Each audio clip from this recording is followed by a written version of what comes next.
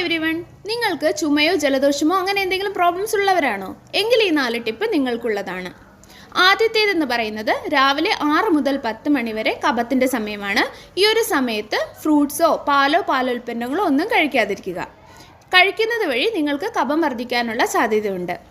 രണ്ടാമത്തേതെന്ന് പറയുന്നത് അമിതമായി വെള്ളം കുടിക്കാതിരിക്കുക. നിങ്ങളുടെ ദാഹത്തിനനുസരിച്ച് മാത്രം കുടിക്കുക, അതും ഇളം ചൂടുവെള്ളം കുടിക്കുക. മൂന്നാമത്തേതെന്ന് പറയുന്നത് ഇഞ്ചി, കറുകപ്പെട്ട, മഞ്ഞൾ, തുളസിയില ഇവയെല്ലാം ഇട്ട് വെള്ളം ചൂടാക്കി വറ്റിച്ച് കഷായം ഫോമിലാക്കി കുടിക്കുക. 1 ഗ്ലാസ് കുടിക്കാവുന്നതാണ് രാവിലെ.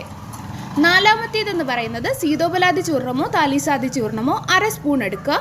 കൂടെ 1 സ്പൂൺ ഹണിയും കൂടെ ചേർത്ത് മിക്സ് ചെയ്ത് 2 നേരം നിങ്ങൾക്ക് കഴിക്കാവുന്നതാണ്.